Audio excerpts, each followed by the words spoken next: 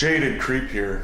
I'm going to talk about a few things in this video, and hopefully I can tie all these different things together, because as certain YouTube content creators have said, including myself, this TFL incel issue, if you find yourself in this camp, it's a multifactorial problem. And what I'm referring to is the ability to attract women, in terms of their sexual interest in you. There's no one quick fix or a silver bullet. A lot of guys are fixated on looksism or looks maxing. And there is a handful of us content creators that are trying to get this message across that is not the most important factor. At one point I believed it was too, but I got to a point where I just realized that wasn't the underlying problem. In some cases it might have something to do with it in an extreme, but generally what I think the biggest problem certain men have with attracting women is what I like to call their socio-biological health or status, social-biological status. And I'm basically referring to behavioral disorders or mood and anxiety disorders, which in turn affect how you behave and how you interpret and process emotions, okay?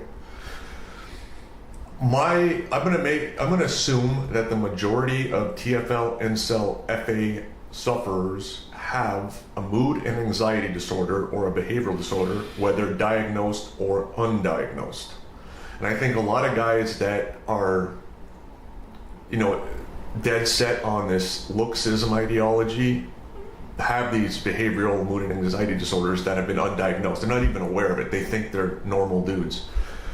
Now, just before I start, there was a video that a YouTuber had posted. I think it was Blue Skies Media. He posted a video about, it was he uploaded somebody else's video on his channel.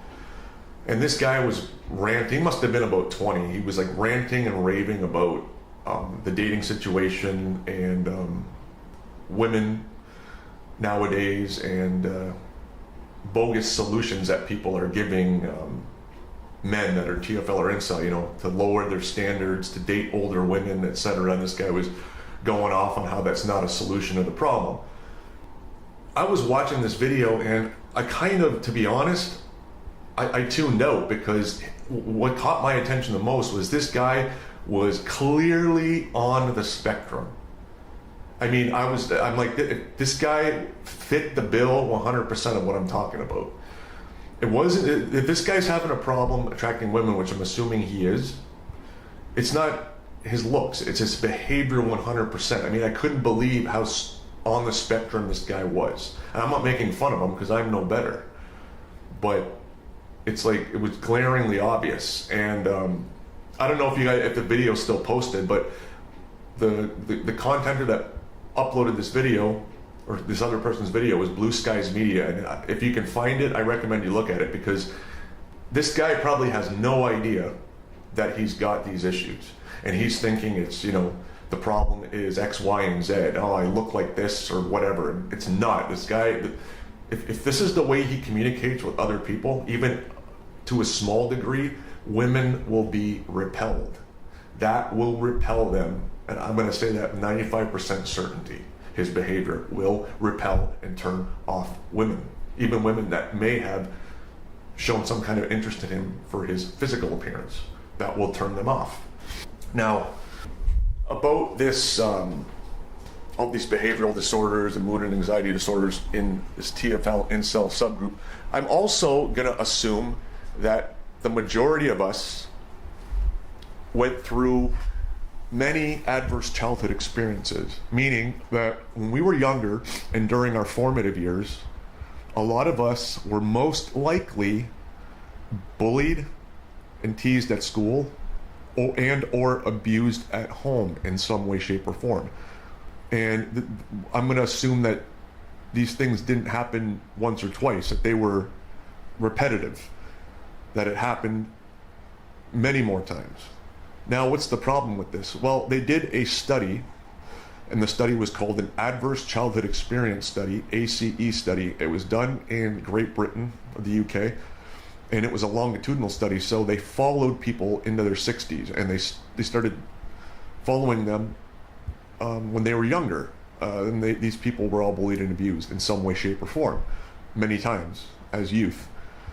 And they found without fail that people that experienced these adverse childhood events were affected negatively in the future as adults every time. So one definitely causes the other. And they found that the more adverse experiences somebody went through, the worse off they were in the future in many areas of life: physical health, emotional health, and social health. So what you guys need to internalize is that if you were bullied and abused in any way, and it happened many times as a youth, it's probably a big part of your problem right now, your status right now, your health now. As I said, your social health, your physical health, etc., or these mood or anxiety and behavioral disorders. It all stems from that. So ask yourself this question, guys. Ask yourself, was I bullied and abused as a child? How often did it happen? Did I get it at school? Did I get it at home? Was I rejected from the group in school? Ask yourself these questions. How often did it happen? Were you traumatized as a youth? Because this is a big part of the issue here.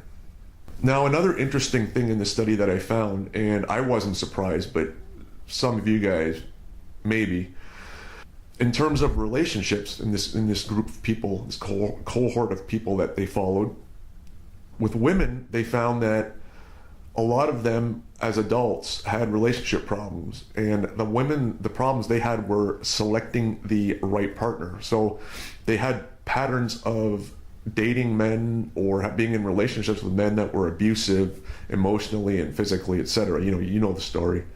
Those women that just keep getting with that low-life loser guy over and over and over again, right? Now with men, what they found was the problem wasn't that they couldn't find the right partner, it's that they couldn't find a partner. Now these guys in this subgroup obviously had mood and anxiety disorders and behavioral problems. That's what the problem was, that stemmed from their abuse, and it basically equated to them, their love life being destroyed. So that's something for you guys to think about as well. Now I want to focus on another study that looked at introversion and extroversion, and what these researchers wanted to do was to figure out what exactly is going on in the person's mind that's an introvert and an extrovert, like why they are the way they are. Get to some specifics. And they found that introverts have something called a sensitive sensory processing system, and the extroverts have a non-sensitive sensory processing system. What does that mean? Well, if you're a so-called introvert and you have a sensitive processing system, if you're in a social environment, there's a lot of people, a lot of noise, it's a new environment, etc., and you're going there to socialize and mingle and whatever, your brain by default starts immediately processing all of the environmental stimuli around. So basically, your brain's being overloaded, without your conscious awareness, and your brain's trying to process what's going on. So you're in kind of like a stunned state, right? You're not in the moment. You're scanning everything. Whereas an extroverted person with a non-sensitive style, their brains don't selectively try to process all this environmental stimuli that's going on. And they're able to just zone in, be in the moment, and socialize easier and better. So I thought that was kind of interesting. And I'm going to assume that most incel, TFL, FA guys are the owners of a sensitive sensory processing style. So, one, if you were abused or bullied excessively as a youth, and you have inherited a sensitive sensory processing system, those are two things that will almost always sabotage your or someone's ability to communicate with others in a social context. So just think about that. Were you bullied and abused and treated like shit and rejected as a youth? And are you an introvert? I'm going to assume that most of us in this group are, have experienced the former, and we are also natural introverts. Now, this same study went on to talk about the perception of introversion and extroversion in terms of context. So they looked at introversion and extroversion in North America and compared it to China in terms of their society. Now, in North America, introversion is not the preferred style. It's not the preferred personality style, behavioral style, or disposition. Extroversion is preferred here. In China, it's the opposite. Their society prefers and promotes the introverted style. Now, where I want to go with this is, do you remember when I said that women by nature tend to just go with the flow? They want to fit in. They like normalcy. Remember that? That in my video, The Extreme Female Brain, I said that women do not like a certain type of guy. Basically a lone wolf, an independent thinker, a guy who marches to the beat of his own drum, etc. The strong, silent type of stoic. They don't like that. And remember, whatever, women follow trends. They tend to like to follow trends. They don't want to rock the boat. So if this study said that women in North America or society prefers extroversion, where do you think women are going to gravitate? Like, what type of guy do you think they're going to gravitate towards? The introvert or the extrovert?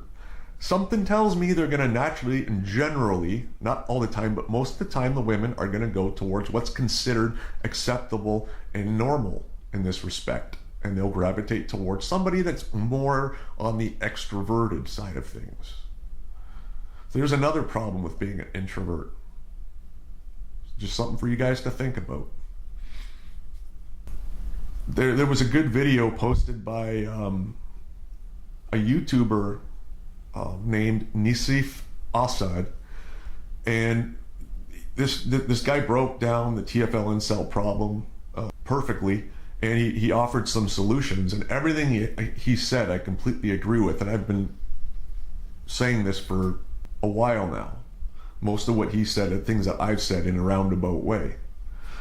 He also said, it's not your looks. It's not your looks. It's your biochemistry. It's your neurology. It's the way you act and behave. That's what's turning women off. And he's 100% right. So I recommend that you guys watch that video. The YouTuber's name is Nisif Assad, and that's spelled Nisif, and his last name is Assad. So just type in his name and TFL or incel, and then search for it in YouTube. Now, another idea that I had about why some guys are hooked on looksism is, as I said, I think that most of us were teased and bullied. And when we're young, during our formative years, that is when I would say looks and appearance matter most, because the slightest thing will trigger certain people to bully, tease, or reject other kids. So at that point, if you look a little bit different, if you're a little bit too chubby or fat or too skinny or too tall and gangly, or you got a wart on your face or whatever, kids will be cruel and they will persecute you for your looks and reject you. And because when we're younger, our main impulse is to be accepted and to fit in, which it is, and we're being rejected, and we're being rejected because of our appearance, that burns itself into our brain. It burns these concepts into our minds, and we make these links, these linkages, and the way we view the world. So if that's happened to you as a youth, when you're gonadal hormones are just flooding through your system and your brain's not fully formed yet. And by nature, you have a mood and anxiety disorder or a behavioral problem, and you don't even know it yet. So you combine those two together, and your brain makes the link that people don't like me because I am ugly or because of my physical looks. And that stays with you for years, and sometimes it never goes away. That's what I found with myself. Now, personally, I look back at my youth and all those years when I was bullied, teased, and rejected, and it wasn't necessarily my physical looks, like, oh, my hideous face or whatever. I just appeared differently. I didn't have the cool, trendy clothes and the toys and everything to fit in, because I was in a school where most of the kids were of upper middle class status, and I was one of the few lower middle class status students. So I would always be wearing knockoff clothes from bargain bins, like a bargain bin shop, or hand-me-downs. And I just looked, I remember to fit in, you had to have the new cool things, and I just never had them, and I couldn't fit in that way. And I also was a little bit tall and gangly for my age, so that didn't work in my favor, and became ill around that time. And I assume it was mostly because of the abuse I was getting at home and the lack of proper sleep. And I would be going to school completely listless, lifeless, tired, and all that stuff together just pushed me off into that reject misfit group. So I think what a lot of you guys need to do is look back in your past, and you got to piece all this together to figure out what the hell's going on with you. So basically what I wanted to get to with this is that if you were mistreated, as I said, during your formative years about your looks or appearance, that's probably a lot of the reason why you still hold this belief that your looks are the biggest problem nowadays. And I want to tell you that after a certain point, the looks thing with women in terms of their attraction to you, the effect is moderate at best. Now, if there's one thing that I would say completely turns women off, disgusts them more than anything, repulses them in terms of their attraction to men, it would be the evidence of a mood and anxiety disorder or behavioral problems. How do women know this? How do they see this in men? Well, in the video that Nassif Assad had made, or even YouTube, the other YouTuber Hugh La Traviata, who talks about these things, they talked about a guy giving off a vibe, and I just made a video mocking that. But what I was referring to was this metaphysical, aura projection of energy that these New Agers and these PUA guys are talking about now. That's a load of horse shit. But what Nassif Assad and Hugh La Traviata were referring to is that if you have a mood and anxiety or behavioral disorder, it comes across in your physiology, your facial expressions especially, the micro expressions in your face, your eyes, your voice tone, your body language, the way your body moves. It's very evident. I mean, if you were to line up 10 guys and maybe 2 of those 10 guys were TFL, Incel, FA guys, I think I'd be able to pick them out in a few minutes. Now, women are naturally adept at just, they can pick that up right away. It's actually pretty fascinating.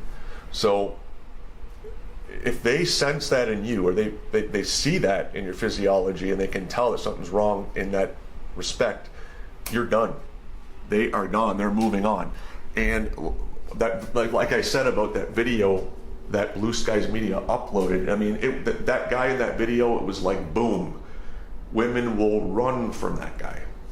I don't mean in a normal context. I'm talking attraction context here. It's not like they would never talk to this guy or interact with him. It's just the sexual interest, even if it was there because of his physical appearance, will be out the fucking window. So put all this stuff together, and I'll say that the effect that all of this stuff has on us as adults, so abuse and bullying, rejection, mood and anxiety disorders or a predisposition to those, which you should know that some people are genetically predisposed to suffering certain conditions, whether they be anxiety or mood and anxiety disorders, behavioral disorders, and those can be triggered by bullying and abuse, epigenetically triggered. So those people that were bullying and abusing you, if you were predisposed to having these behavioral disorders, they, in essence, trigger that to manifest in your body. It's kind of depressing, but it's true. It's a field of study called epigenetics, meaning above the gene, and I recommend you guys look into that as well. So what the ultimate effect that this has is it really messes up our physiology and our behavior and our communication abilities with other people. We tend to appear emotionless. We have a hard time showing emotion, feeling emotions. We also have a hard time reading other people's emotions. And that's disastrous with women. I mean, if they want to feel that connection, well, yeah, they have to, there's got to be some kind of emotion processing or generation in you to create that in them. So if we're emotionally blunted and we also have a hard time interpreting and reading other people's emotions and responding to them, then that area is going to be fucked completely fucked. And if you're on the spectrum, I mean, even mild autism, that's one of the things that it destroys. So again, mood and anxiety disorders and even so-called Asperger's or spectrum behavior, it all kind of ties in together. It's like they all blend together so well. So while I'm not gonna pretend to be doctor and diagnose people over the internet, I'm just saying that if these things are present in you, the way you come off to others, especially women, socially, is going to be compromised. It's going to be negative. Another thing that these illnesses and disorders affect in us, like I said, is our facial expression. So we don't smile a lot. Our faces look very flat. They're not expressive. Our eyes look a little bit sunken. The muscles in the face are drawn down. We look tired all the time. And what women also look for is an expressive face when they're talking to a guy. The guy has to look lively or full of energy, vital. Look for signs of vitality. If they're talking to a guy and he's monotone and his eyes are heavy and droopy and he just looks, like an emotionless face, it's a turnoff to them. Voice tone. A normie or a healthy person, male, if you listen to them talk, their voices are very expressive. Their faces are very expressive. They look well rested. They look vital. Their eyes are lively. And when they're communicating with women, these normie, healthy men are able to match and mirror the woman they're talking to. So when they're talking to a woman, they're able to match the woman's facial expressions, they're able to read the woman's facial expressions, and they're able to match the woman's excitement in her voice, tonality, prosody of the voice, etc. Like I said, a lot of us have a monotone voice. It just sounds like we're not alive or we're really tired. Well, normal, healthy guys do not. And one more thing I'd like to talk about in this area is your ability to small talk. I've never been good at it and I can't stand it. Now, to get your way with women, to build rapport with women, you have to be very good at small talk. Talking about what I call trivial things. Things about, family, occupation, relationships, dreams and hopes, the weather, etc. And you got to be able to talk about it with some level of interest and excitement and convey that to the woman. Because that's generally when women socialize. It's a lot of small talk, flip-flap of the gums, just stuff I'm not good at, never been good at, and I don't enjoy, but it's to my detriment. So a lot of us guys are also very intelligent or like a high degree of conscious awareness, and we find that stuff trivial. So that's another thing in that area that works against us. When I've seen guys that are good with women, and I've paid attention to the interactions with them and certain women, and there was one encounter I had witnessed that really stuck out. And this guy was talking to this really cute blonde girl, and I knew this guy through a group of friends. And they were talking for about 20 minutes. And there was like a dance to the communication. And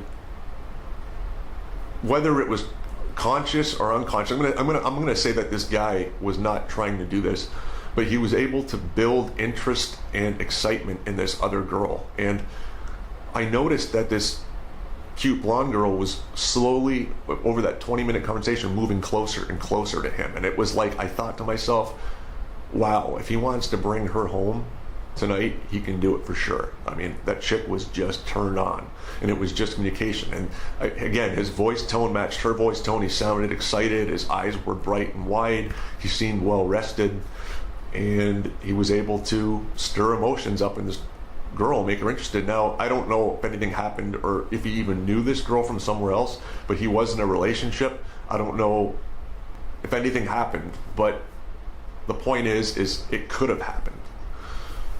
He could have made it happen. And then I thought to myself, man, I would never be able to do that, have that kind of conversation and engage a woman or a female like that and bring her interest level up. There was no way I could do that because, again, my facial expressions, micro expressions, the way I behave and communicate one-on-one with females, it's just, they're immediately turned off regardless of my physical looks. So if you guys want to try and improve yourself to be more attractive, I would say put a little or maybe a lot less emphasis on your physical looks and spend more time. I mean, you might need cognitive behavioral therapy, meditation I'd recommend. There's voice programs, you can get a voice coach, or even there's programs online. You got to learn how to have an expressive voice and with a lot of dynamics to it. I recommend NLP, neuro-linguistic programming, specifically for the mirroring and matching of another person's body language and the words they use, because that's another way to build rapport. And if you can't do that, you're pretty much fucked in this area. So I'd recommend working on that. And if you think you have a mood and anxiety disorder and you're not sure, go to a psychiatrist and get diagnosed, because until you've at least to some degree fix that biochemical imbalance that's going on in your body and your neurobiology, neurochemistry, until you fix those chemicals, you will not be able to improve in this area. You will not. Because if you have a mood and anxiety disorder, they've proven that you can't, your brain selectively tunes itself into negative information, environmental stimuli over positive. So there's a bias naturally. So you can't generate positive thoughts and yada, yada, yada. You need to get the biochemistry fixed somewhat and get your body into balance or a state of homeostasis, which is basically what's going on. Your body and nervous system is not in a state of homeostasis or balance. And women, as I said, can read into that. They can pick up on that instantly. They're masters at it. You guys have to understand how important social health and social life is to females. That's what they thrive on. They literally get oxytocin hits when they gossip with other women, or they have these small talk conversations. Their bodies shoot a pleasure chemical, a love chemical called oxytocin. And it's like it explains to me, and this is why I think women like socializing much more than men do. I mean, they love it. They love being around people. They love interacting with people, comparing themselves to people, blah, blah, blah, blah, blah. And it's because they're getting like a boost out of it. So if you can't interact with women properly because of all these issues, you can't build a bond with women, you can't build rapport with women, and they can't get comfortable with you. You're going to make them uncomfortable, and they're very sensitive to these things. So this is what you guys need to focus on, and you got to make your own battle plan.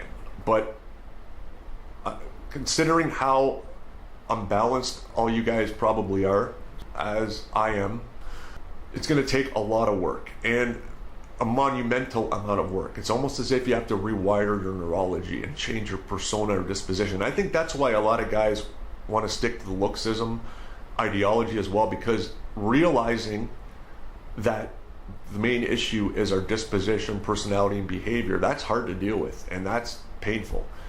I mean, it's basically, in a way, it's like women are saying your personality sucks. And for all intents and purposes, you're probably decent people. You probably would be good boyfriends or husbands or whatever to women, but they just can't get past that initial stage. That's the problem we guys have. It's just that initial stage of attraction, and we fail it every time, and that's the main reason why. As far as your looks, if you want to change something, I just say, fashion-wise, try to follow the trends that are in, like, as best as you can. I'm not saying you got to buy new designer clothes, but just fashion-wise, don't be too individual or unique. You don't want to weird women out. Again, they want to go with the flow. And also, in terms of a man and how you carry yourself, pay attention to the zeitgeist, or the spirit of the times. Right now, as I've said in my other videos, overt masculinity is considered toxic. Women aren't into macho behavior. They're not into male bravado and all this shit. They're not into so-called alpha behavior. Alpha, that's a complete fucking bogus concept.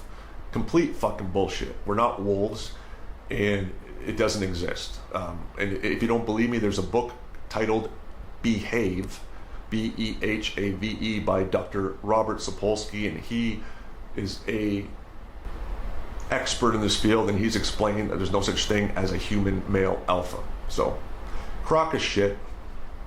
So all those things I just mentioned are not in style or in vogue nowadays, this masculinity shit.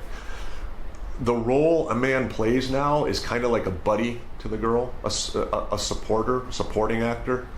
The women are in control, women are in charge, and they don't want some dominant guy.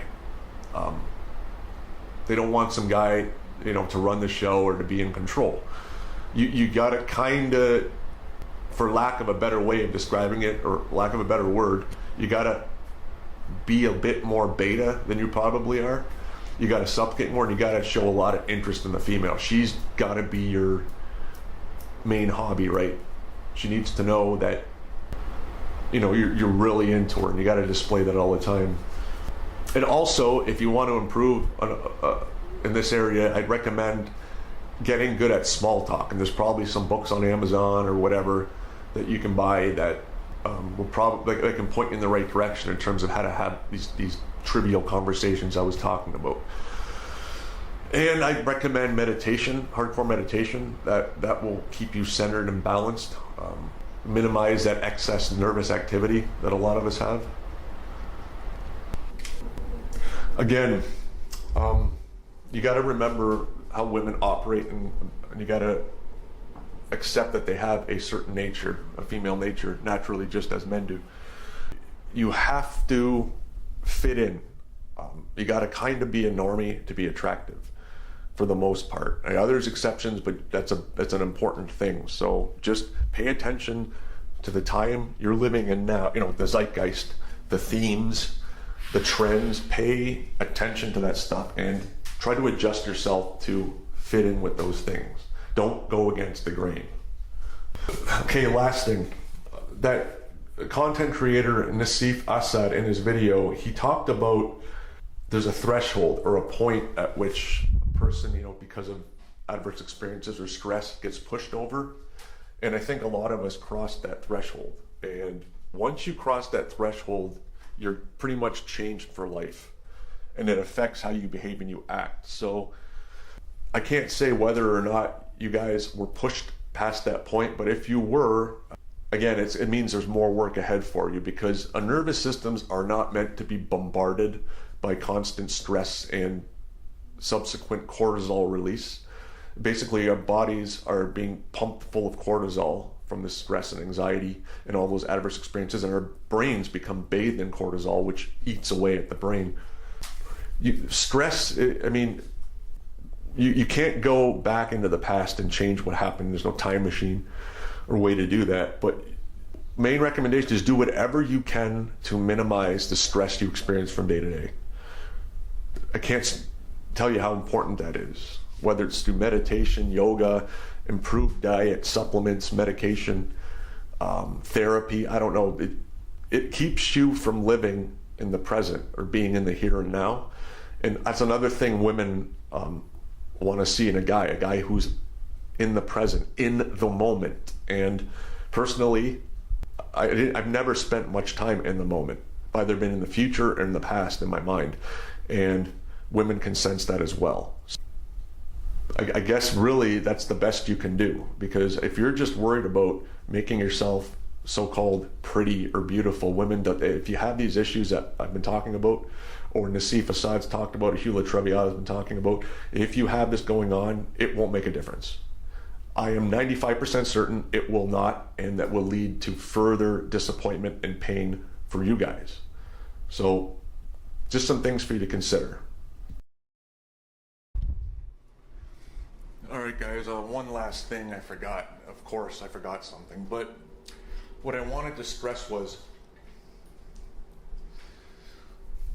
there's this underlying belief, I think, that if some young kid or youth is, we're talking about males here, is physically unattractive, that he will be unquestionably teased and rejected by peers and etc. because of his looks, and then he's going to be fucked up for sure. That's not the case, and that explains a lot of the instances where we see these very unattractive men with average women or even above average women. There's countless examples. Hugh Traviata has posted some. There's a bunch of videos I can post or upload as well, or put the links to that can prove this. Because if what you guys are saying about looks is true, then these things that we see in these videos, these instances of these very unattractive men, sub-5 men with decent looking women, shouldn't exist, shouldn't happen. And it's not an exception, because there's countless videos of it. I see it in public all the time. The reason these guys are okay is because luck of the draw. It's the luck of the draw. They probably grew up in loving households, and they probably were in a situation where their peers or their classmates weren't as brutal and vindictive and hateful as some of ours were. That just the situation and the environment was better for them. So if they come from they're unattractive physically, let's say, and they come from a household where the parents are, emotionally grounded people, they're sensible people, they're intelligent people, and then these kids are, the home life's healthy, their physical health is good. They go to school and their classmates are okay with them and they treat them like anybody else, which can happen. Then that'll explain why some of these guys that are physically unappealing are so socially well adjusted in the future, and why they're happy and content and able to express, read, and generate emotions, and therefore stimulate and attract women. And you get these good looking guys, or even just average guys, that come from hellish, horrible backgrounds with lots of adverse experiences, and they can't, they're socially inept, and they're most of the time they have no female companion, can't attract women. So just remember that just because somebody was ugly as a youth or still physically unattractive doesn't mean that they're going to be the social life will be, or their behavior will be compromised. It just depends on the environment that they lived in as a youth, whether it be good or bad. So that's the last thing I wanted to mention. Another concept that I think you guys should think about and internalize is your body and your nervous system, your corporeal shell, as Hugh Traviata calls it, is an adaptation machine. So it's constantly trying to adapt itself to whatever environment it's in, like any other living creature, human, animal, plant, whatever. And if you're in an environment that is constantly causing a stress response in your body, especially during childhood and your youth, your body's going to be trying to adjust itself to adapt to that environment. If you cross that threshold that Mr. Nassif Assad was talking about, your body has to compensate in certain ways. So what happens is your body adjusts to a certain point. It has a new set point. Your biochemistry, your neurobiology, etc. So it's got a new set point for its normalcy because of the extreme environment. So we're compensating in one way or the other. You get hormone imbalances, you get neurotransmitter imbalances, certain glands and organs don't develop properly because of the stress, etc. So what your normal is very, by normie healthy people standards, it's completely unnormal. And again, that will manifest itself in your behavior, in your facial expressions, your voice tone, etc.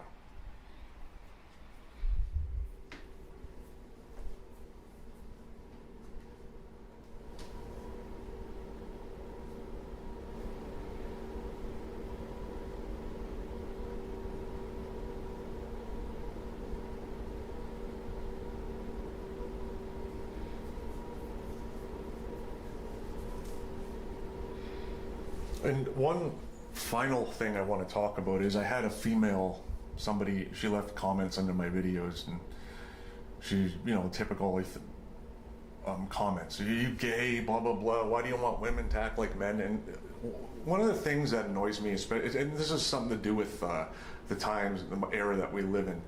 Everybody's triggered and offended, and everybody's in defense mode. When I'm making these videos, I'm not saying that the way women act or behave or their nature is bad or good, right or wrong, better or worse. And same with men. I'm not judging it in that way either. I'm just calling it as I see it and how I think it is, which is the way we should be looking at and dealing with things. Honestly, straight up, no fluff, no filler. There's pros and cons to male nature, and there's pros and cons to female nature.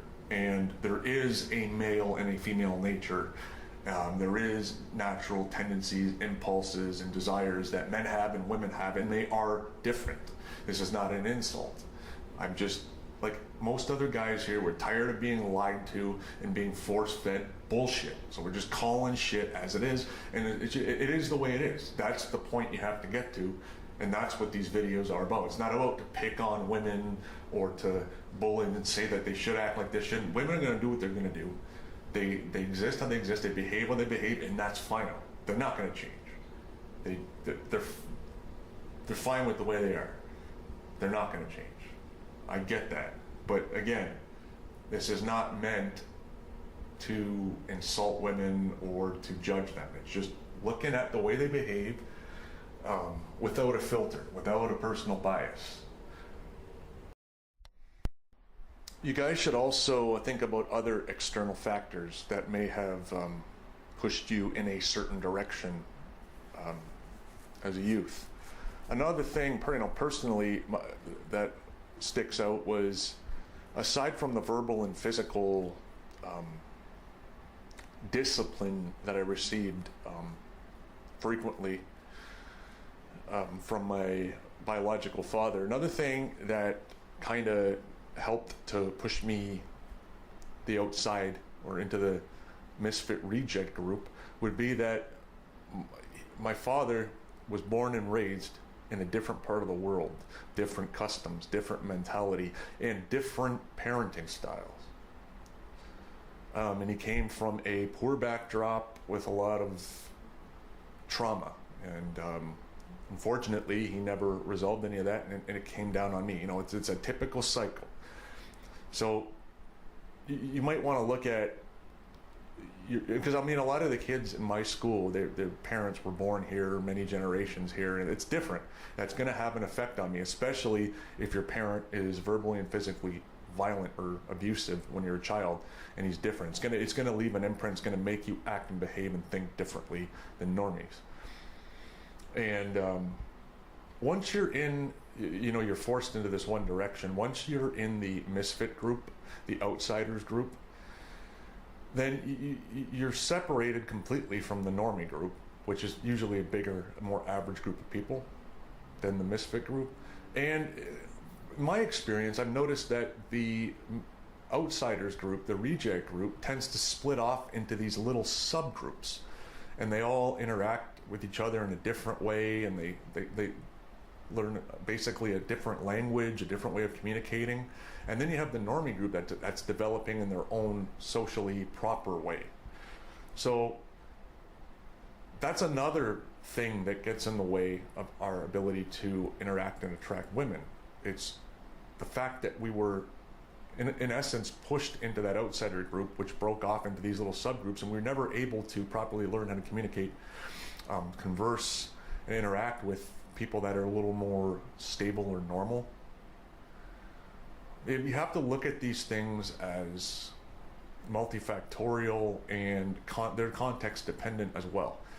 The sad thing is if you had a troublesome childhood and you were rejected, etc., like talking about, those people and those environments in a way have cursed you in this area of life. It's a fucking curse, and it's not your fault. If you have had this kind of traumatic history, you need to go easy on yourself, minimize your stress, you've already gone through enough. Personally, I am not going to start doing some behavioral training program and all this shit just to attract women. I've had enough. It's time for me to let go and calm down and relax and deal with things my own way. And I think a lot of you guys got to get to that point too, because it really, after a certain point, isn't fucking worth it.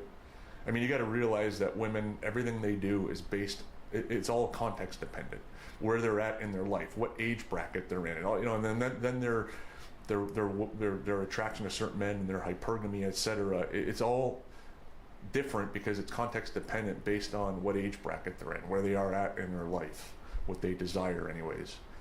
So I mean, if you're an adult male, you've gone through hell, and now you're trying to looks max and spend all this money on a fucking nose job or jaw reconstruction or a hair transplant, and you're going to go to all these,